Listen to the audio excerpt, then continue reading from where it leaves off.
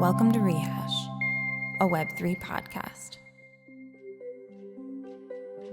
Hey everybody, welcome back to Rehash, a Web3 podcast. I'm your host, Diana Chen, and in this episode, we're talking all things music NFTs, Web3 and Web2 music, community building, onboarding newcomers to the space, and so much more with none other than Latasha, who you all know as a delightful musical artist, and she's also the head of community at Zora, founder of Zoratopia, and a contributor at multiple DAOs, including herstoryDAO, refractionDAO, unicornDAO, and FWB. Welcome, Latasha. I'm so happy to have you here. Thank you so much. What a great introduction. It's one of my best introductions by far.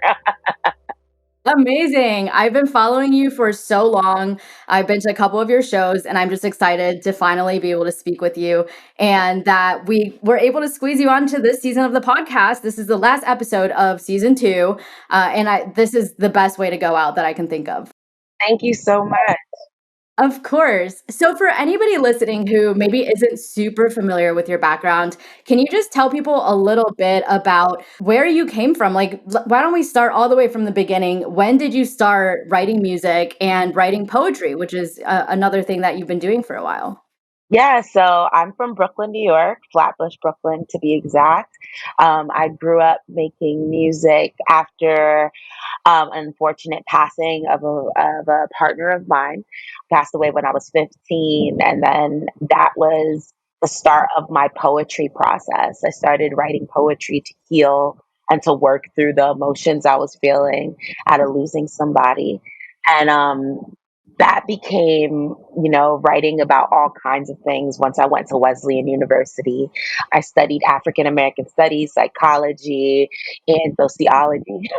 And there I was like really into speaking on like the dynamics of Black womanhood and the dynamics of growing up in like Brooklyn and what it all means to like be a human in this existence right now. So a lot of my poetry was surrounded by that, and also surrounded around hip hop and just like what hip hop meant for Black artists and creatives. And so I was writing a lot of poetry around that, and thought I was going to go to Broadway because I was doing so much poetry and playwriting and stuff, but ended up working at JP Morgan right out of college just to pay the bills and take care of family. And then was still writing. Like even at work, I would be writing in my like notepad poems and verses. And then at night, I would go to all the poetry slams in New York City and all of the like events and parties. And that's where I started to gather a name for myself as an artist. I used to go by LA once upon a time, but then we changed that to Latasha over time. And then I was pretty much opening for these crazy peeps like Kanye West, Q-Tip, Big Sean, and all these people. But it was like I was just thrown in the fire of music. I didn't know anything about the music industry. People just liked my performance and like my music, so I was just in it. But as I got older and learned a lot more about the music industry, I realized that it didn't speak to my ethos as an artist. I really believed in independence and creative independence and ownership, especially being a woman of color and especially having an African American studies major. I didn't want to be a slave to anyone, especially not a label. And so I tried my best to just figure that out. And from 2015 to now, I want to say, I just followed this route of independence and was gifted a lot of support from different folks. This one woman came into my life and heard one of my songs, and she just gave me $10,000 to just quit my job and go full for my art. And so since then, I promised her I would and have been doing it ever since. And the trials have been real from, being homeless to figuring out how to like just be like making ends meet as a creative. So that caused a lot. I ended up becoming a graphic designer at the same time as making music, and also like ended up finding a squad, which is my Lighthouse squad. You guys might hear them like Ja and T and Angel. We are a team, and we've been working on content and music and art for a long time together. Then we moved to LA. And here at LA, I started like rejourneying the label industry factor, but still hated it. And I was like, I don't want to do this. And found NFTs through the pandemic and finding a new means of making income and making my art the way I want to. What an incredible journey. That was definitely full of ups and downs. And I have to commend you for trying to go the independent route since your early days, because it's a lot easier to make a sustainable income with NFTs and in Web3 going independent. But, you know, in our traditional world, that is not an easy task at all, which you definitely No. know. So when you first learned about NFTs and Web3, like how did you begin to digest that? Because I know when I first heard about NFTs, I couldn't even wrap my mind around it. And it took me a couple of months of like a podcasting, like talking to like really smart people on NFTs multiple times before it finally clicked for me. Like, what is this? Why would people want to spend so much money on a thing that they can't even, you know, like hold in their hands, which I know is such a traditional and like outdated way of thinking. But how did NFTs begin to click for you? Did it make sense immediately since you had come from that artist and creator background, or what was that journey like for you? I like to say that me and my friends manifested Web3 and NFTs because we were always, and probably the whole world collectively, were always thinking about just a way to, one, get rid of the middleman with our content and make sure that we were getting direct to consumer. And then two, we were also always in the internet, right? Like we've been living on the internet for so long now, creating content for the internet through Web 2 and Web 1. I mean, I'm a kid of Web 1, so I remember dial up and all the things. And now to witness us be able to have ownership in the internet is really important to me. And so that factor made a lot of sense. But I too did not believe in NFTs for a long time when I first started because I was very scared of what it meant to give ownership to someone and to say, hey, you own this NFT or this piece of work of mine. And so it wasn't that it didn't click, it was just that I was skeptical for a long time and I needed to witness others do it before I could. And so I studied, like my partner, Ja, was the first person to do it, and he was doing 3D animation and artwork. And so I watched him do it, and then he was making lots of income. I mean, he was taking care of his rent and like taking care of his lifestyle. And I was like, okay, this is crazy. And then I seen Sursu, who's like an incredible being within the Web3 space.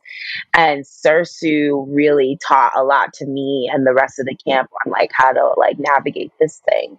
And then I followed all these amazing artists like Faith, Love, and just so many people that were just doing it before me. And I realized there was like a real community building in this space that wasn't just about the income, but it was about like creator economies growing. And that I understood. I'm also a kid of like fashion and sneakers. So I'll watch like sneakerheads collect pieces. You know, I watch like polo heads collect polo shirts and things like that as a kid. So I understood the idea of collecting something because it was unique and rare. And now I was like, this is so exciting to witness that happening on the internet and on web because that's something that we should have had a long time ago, in my opinion. And so, yeah, I got it, but I also was really skeptical about it at first. For sure. That makes a lot of sense. And how would you explain it today to, say, somebody like yourself before, you know, when you were first getting exposed to NFTs? Like, what would you say to create an artist who has heard about NFTs but is a little bit scared to just dive full into it? Like, how would you explain the concept behind it and why Web3 music is something worth pursuing? I have a lot of different ways that I'm looking at it for folks. I actually teach a class every other Wednesday on Web3 and NFTs. So this is like a regular conversation with Zoratopia. But how I look at it is on one side, it's like going to an arcade and trying to win a prize at an arcade. So you pick up some coins, which could be Ethereum or whatever kind of coin you decide, Polygon, whatever, and then you go play a game, which could be an auction or it could be a buy now. And then you win a prize out of that. And that prize is usually an NFT or comes with, or maybe a physical NFT or whatever it might be for you. So that's one way that I look at it. The second way that I'm often looking at it is art galleries and like submitting your art to an art gallery. If you want to submit your art to an art gallery, you usually have to pay for a listing fee or something of that nature so that it could display into an art gallery and that you could get more eyes on it. And I utilize that idea often with musicians because I think they connect better with just like art gallery and those kind of worlds. And then I also use the sneaker analogy often that my homie Bobby Hundreds always talks about the connections with sneakers and fashion and this opportunity for you to be offering a scarcity out there to someone or something that's unique to someone that might be your super fan. And I often tell music artists that music NFTs are very crucial, but they're not your only means, right? You want to be very wide in all the spectrums of ways you release your art. So I would never tell anyone to quit Web 2. I will always say, try, Spotify's and all the things. The DSPs are definite, some place for it. Continue to live your TikTok lives if you decide you want to live TikTok lives. But Web3 is really this new world that is growing, and there are so many people that are so interested in music NFTs that you want to get into it early. And the earlier, the better, because this is a historical moment right now that's happening for music NFTs. And so oftentimes that usually gets people in, but telling my story also just gets people in. I was, just an artist trying to figure it out like a lot of people. And the idea that I was able to make what I made in a summer off of NFTs, which could have been a record deal that literally equated to what a record deal would have given me, really changes people's minds on this thing. And I still own all of my masters and own everything that I've been releasing. Yeah, I think hearing your story is definitely really powerful for people. And then I think also helping them understand the underlying concepts of it, of, how people are getting gypped by Spotify and these centralized companies like YouTube and things like that, and how Web3 isn't just a money making thing, but it really like empowers artists in a way, like even conceptually and theoretically, even, before we get to the money part. I'm curious too to hear more about your take on like how Web3 has changed the artist producer relationship from Mm. the Web2 world. When you say producer, do you mean like the music producer or what kind of producer are you speaking on? Yeah, the music producer, like or maybe the production team in general. Yeah. Yeah. What I'm excited about, and I tell this to everybody, the thing that excites me the most about Web3 is like the transparency now to offer to your team. I think in Web 2, it was really complicated to figure out who gets paid what or who was involved in what.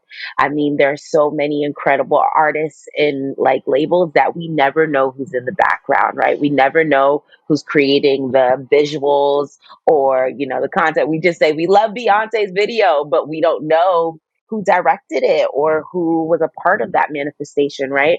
And so with Web3, what I'm really excited about is that we get to say and show who's in participation with like the smart contract and splits and sharing out. Every music video that we've released, I have made sure to list out the whole team every time you see us do it. And I get to offer now. I think, in my beginning stages of being an artist, I didn't always have the income to offer, somebody who was shooting a music video for me. We would just like do it and pray for the best, right? And like hope that something would pop. And it was really hard for a lot of artists, we were just like struggling and figuring it out. And so to witness now, I'm like, some of these music videos that I'm releasing were on YouTube for years. And, we didn't make hardly any income off of YouTube for it. And now I'm telling my homies, like, yo, that music video we shot 5 years ago is making you income right now. Here you go. And they're like, what? And that is really exciting for me and makes me happy for different forms of art now too, right? It's not just music NFTs. We're looking at music video producers are now getting a stance in this space. Directors are getting a stance in this space. All these different mediums, graphic designers are getting a huge stance in the space now. And the music producer in itself, like the person actually making the beats and stuff, get a stance now too. Usually they get gypped crazy in the label systems, and I want to see that change. And I think with Web3, we're really watching that happen.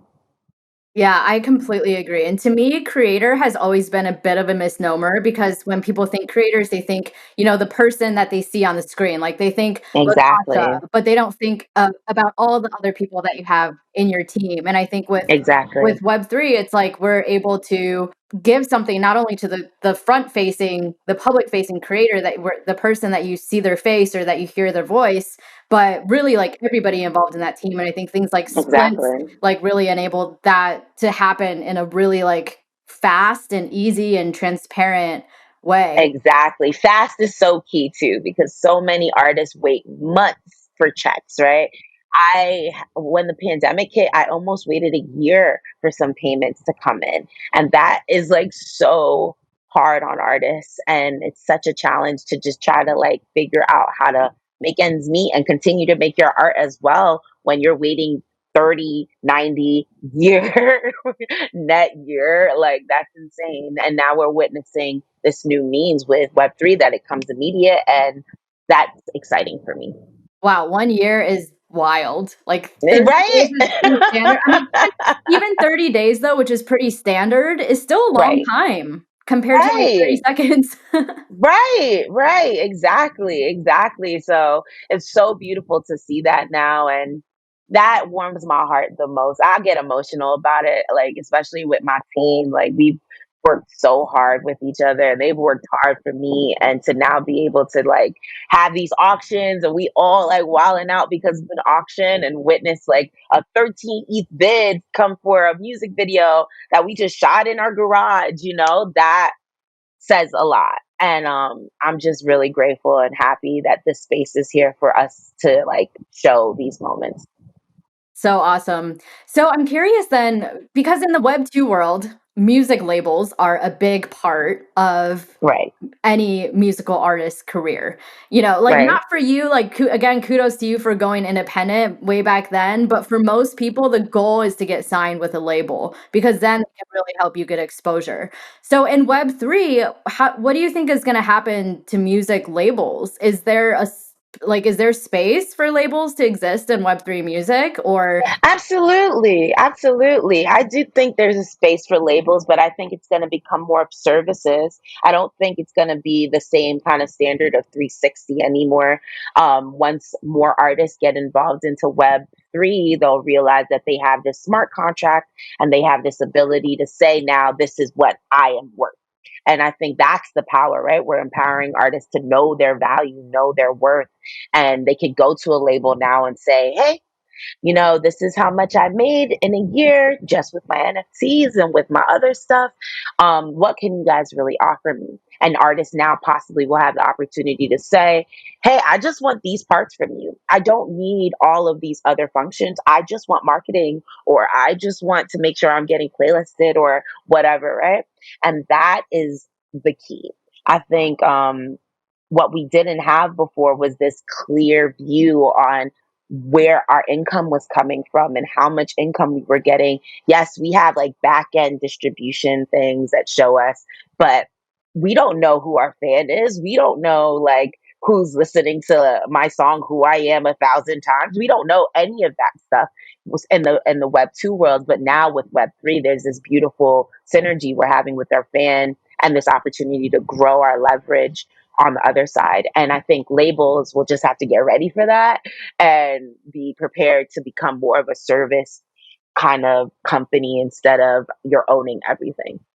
Yeah, that's gonna be a wild shift because, for labels to go from taking 80% of what an artist makes Hmm. to maybe like having that flipped and taking 20%, I wonder what that's gonna look like. Like what service offerings are artists gonna want the most and find the most valuable, and will labels Yeah. be cool with that? I mean, that can't be I easy, think, right? For labels to go to yeah, that stage. they don't even want to hear it right now, which is amazing. But I think, there are a few labels already starting out. Like, I mean, there's a lot of distribution labels running it, but like Venice Music is one that I'm keeping my eye on. And I think they are doing some really powerful work in the Web3 space and figuring it out and always thinking about the artist first. And that is the vision we have to think about the artist first in comparison to just the company, right?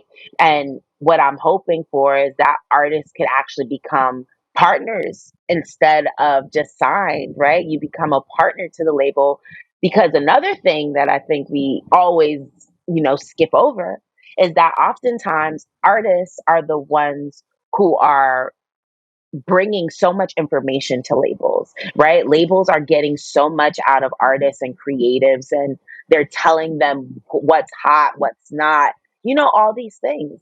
And now we're witnessing like this shift happen where the artists are going to be like, no, I want to have some percentage of your company now because I'm offering all of this. And hopefully we'll see that more and more. How do you see the relationship between a creator and their fans changing in Web3? I'm sorry, my dog is walling out. Come here, Domino. No worries, Hi, let's boo see your boo. dog. Oh, Hi, hi, cutie. baby. Sorry, what was the question again? How do you think Web3 is going to change the relationship between a creator and their fans? Oh wow, I think the relationship's gonna get even more powerful and deeper and a little bit more interactive. I think, right? Before we were witnessing, now he wants to go. Before we were witnessing, just like you would send out a song and then hope for the best through Spotify or DSP or whatever. I'm so sorry. He's doing the most. Give me 2 seconds. No worries. Domino. I'm so sorry. No worries. Is he trying to pull a Shawshank and do a prison break or something? Yeah, he was trying to run out, and I was like, "That is not happening." Um, so I think what's going to happen with the artist and the creative now is that there's going to be more of an interactive relationship between creators and the fan. Artists are going to offer the fans more opportunity to participate in the creative process now through Web3. And I'm witnessing that with DAOs. I'm witnessing that just off of Twitter and community buildings on Twitter. I'm witnessing all of that happen. I'm even thinking about that for my next project where my fans are going to be able to like tell me which songs are going to end up on the album. Tell me which songs you guys love the most. Which one should be the single. All of those kind of conversations are going to happen. And there will be more of an opportunity for fans to own parts of the music now with the Web 2 aspect as well. I think that's something that we're thinking about often. I know for my next album, my fans are going to definitely own a part of it, the masters for a lot of the records that are going to be there through my DAO. And that's something that I want to witness more artists do through the future of this thing, because fans really help us so much. I mean, when my fans tell me they love something, that helps me know where I want to go with things. Not all the time, because I don't want them to control my whole life, but I do want to be able to like offer them things that they feel connect with them and resonate. And that is going to be really beautiful. I think creator economies like built with fans and the creator at front is going to really be the driving force for like the world in so many avenues, not just in music, but in brands, in fashion, and everything that we're going to witness. So I'm seeing that be the big, big, big next thing that happens.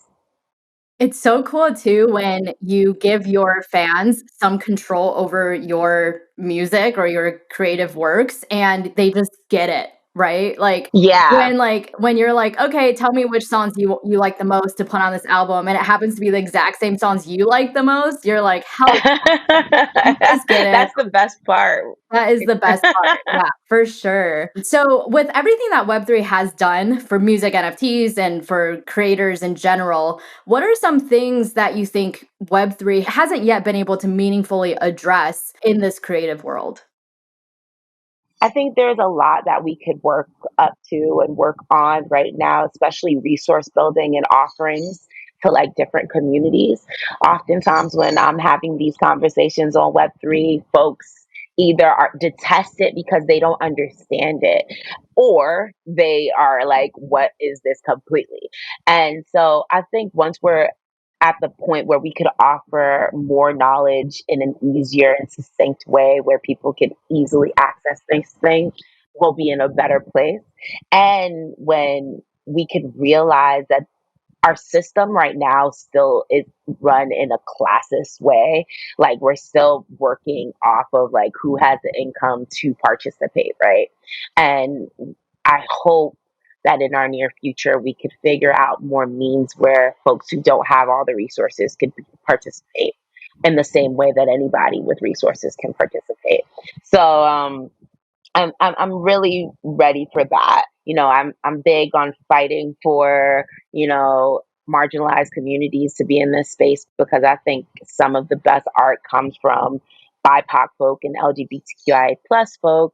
I know that's often a scary statement for some people, but that's just my opinion. And I think once we bring more of those folks, we're going to see better diversity in art and creative and more story and more changings of minds. We're in a new world now, and we need to like offer more room for people who have different mindsets and different ways of seeing.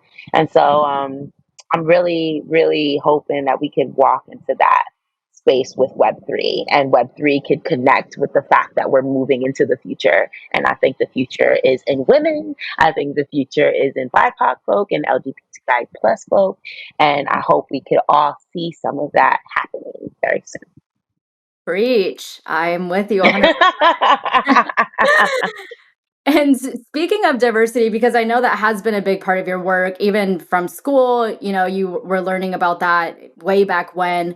What do you think is the key to building diverse communities in Web3? Because from my perspective, I hear so many DAOs, so many organizations talk about caring about diversity. We want more BIPOC, we want more LGBTQ, we want more Yeah. diversity, this, that. But when you actually look at their DAO members, their contributor base, or who works at the company, you're like either you're just saying things you don't believe in, or you're really not putting your money where your mouth is.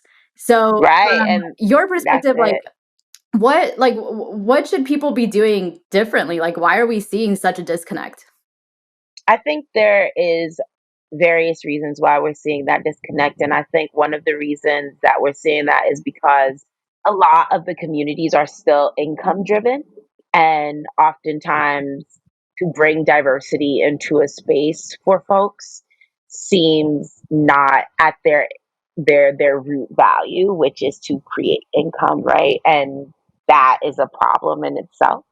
I think the beauty of some of the communities that I'm a part of is that it's integrity focused, and it's focused more so on making sure that the ethos of, diversity is really the front of everything.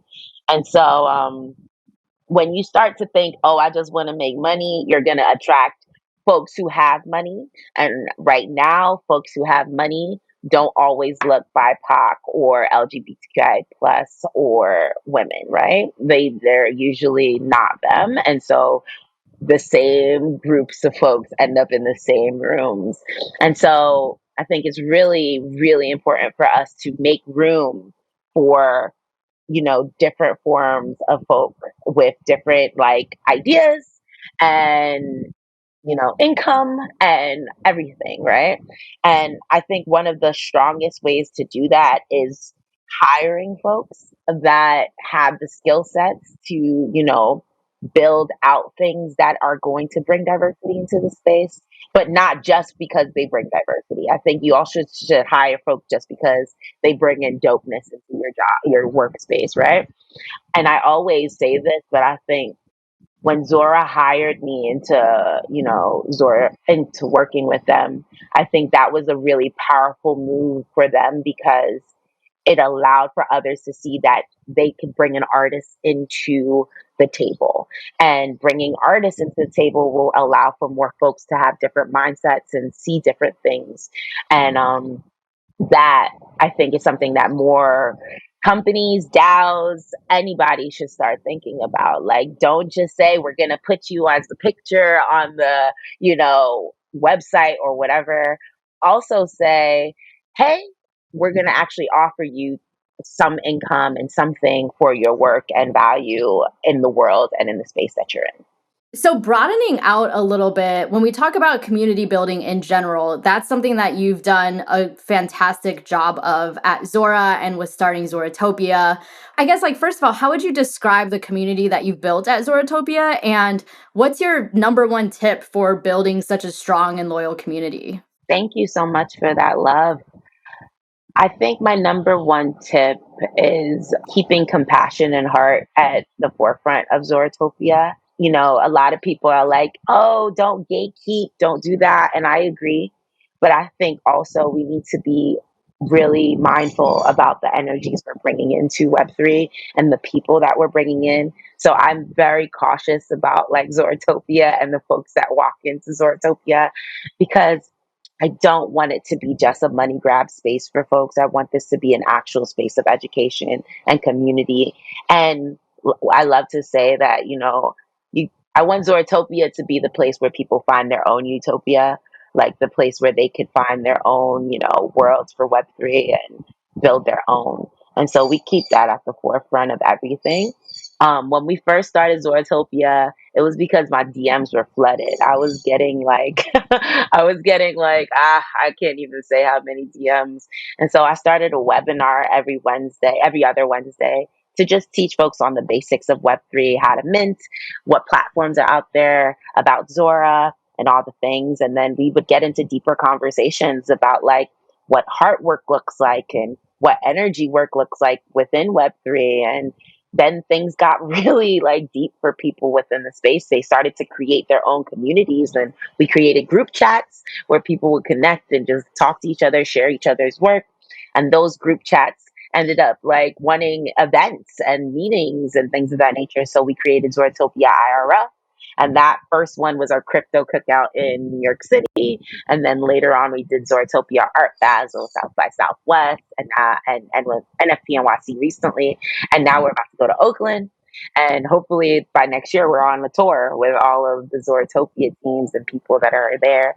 But at the forefront, I want to show people that so much talent is in Web3. You know, so many incredible artists are in this space that didn't get the opportunity to shine in Web2.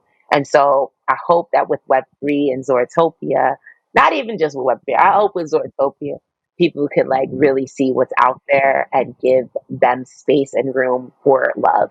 And yeah, I think that's what makes the community strong and dope. And we're really honest with each other. We try our best to be honest with each other about things that we're feeling within the space, things that we want to see. All the Zoratopia peeps, you know, tell me about things they want to see on Zora, and I send that back to Zora, and Zora's like, "All right, let's build it." And that has been making this like community really strong. Just like honesty, compassion, and dope art.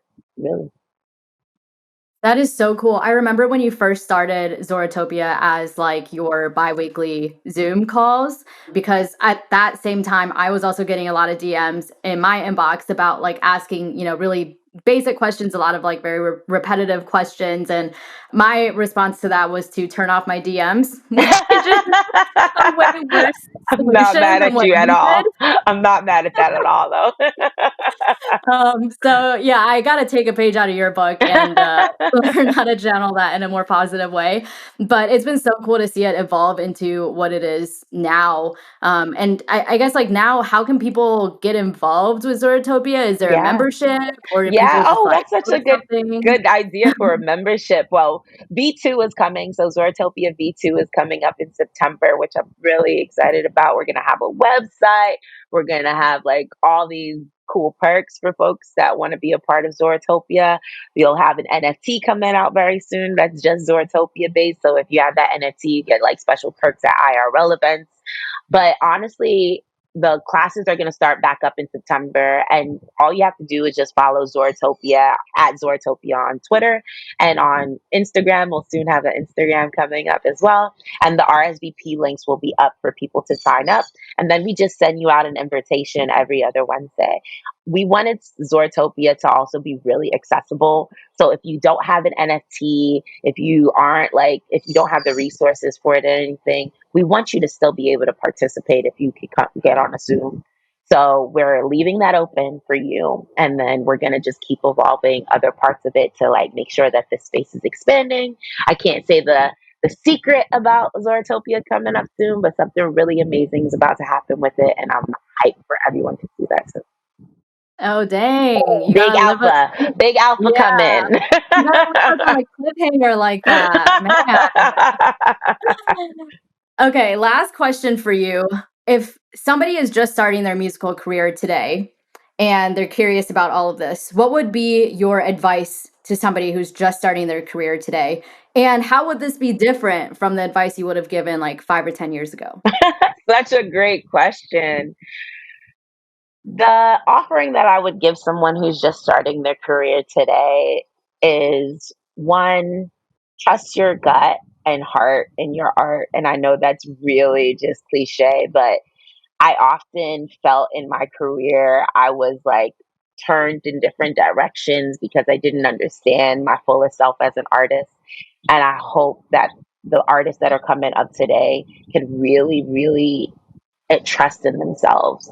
And I think, no matter what direction you decide, if you decide to go the label route, if you decide to go fully independent, whatever, make sure that on your contract, you are at the front.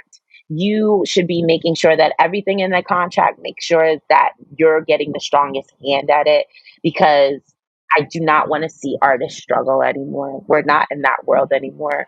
And I think now more than ever, artists really can create the world that they want to create for themselves through all the means that we have out there.